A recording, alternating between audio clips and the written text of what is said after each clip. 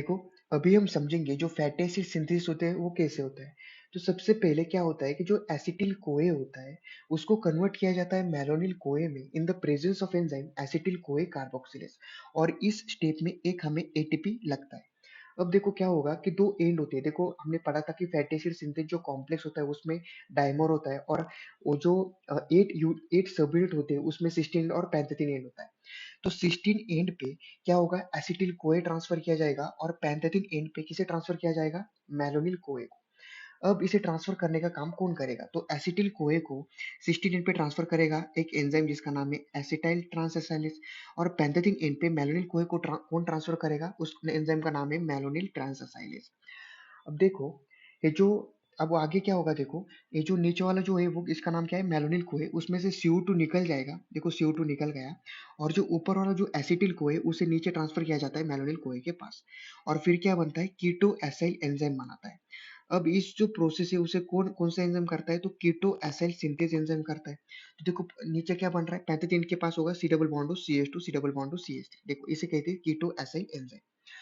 अब आगे क्या होगा कि कीटो एसिड रिडक्टेज आएगा। अब ये जो एंजाइम है वो क्या करेगा, रिड्यूस करेगा, और रिड्यूस करने के लिए इसके पास क्या चाहिए, हाइड्रोजन चाहिए। तो उसके लिए वो किसका यूज लेगा, NADPH का यूज लेगा।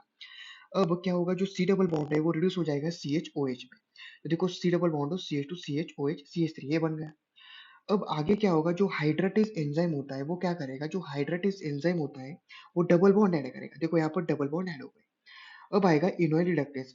अब रिडक्टेज है तो ये फिर से क्या यूज करेगा, NADPH यूज करेगा रिड्यूस करने के लिए, और फिर से डबल बॉन्ड को निकाला जाएगा, और ये जो बन गया है, देखो ये वाला जो है वो फैटी एसिड बन गया।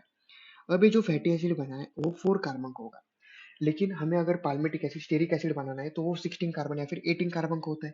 तो ये साइकिल फिर से चलेगी। तो ये पूरी साइकिल एक बार हो गई, अब फिर से चलेगी।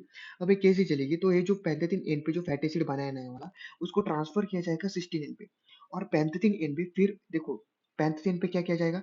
अब ये यहाँ से देखो यहाँ पर, तो पैंथेथिन एंड पे क्या किया जाएगा, नया मेलोनिल कोए को लाया जाएगा, और मेलोनिल कोए को कौन लाता है, मेलोनिल ट्रांसएसाइलेज लाता है। तो क्या यहाँ पर तो पढ़ा था मेलोनिल ट्रांसएसाइलेज ला रहा है। तो ये जो देखो मेलोनिल कोए आया, और ये जो हमने बनाया वो नया फैटी एसिड। अब फिर से ऊपर वाले को नीचे ट्रांसफर करेगा, कौन करेगा, वो कीटो एसिड सिंथेसिस करेगा।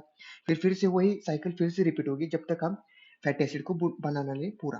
अब जब भी फैटी एसिड बन के कंप्लीट हो जाएगा तो उसको रिलीज करना पड़ेगा, फ्री करना पड़ेगा। उसके लिए एक एंजाइम होता है जिसका नाम होता है थायोस्टेरेज। जो थायोस्टेरेज एंजाइम है वो आता है और क्या कर जाता है, फैटी एसिड को फ्री कर देता है बॉन्ड को ब्रेक करके। कहाँ से, पैंथेथिन एंड से। ठीक है, दैट्स इट।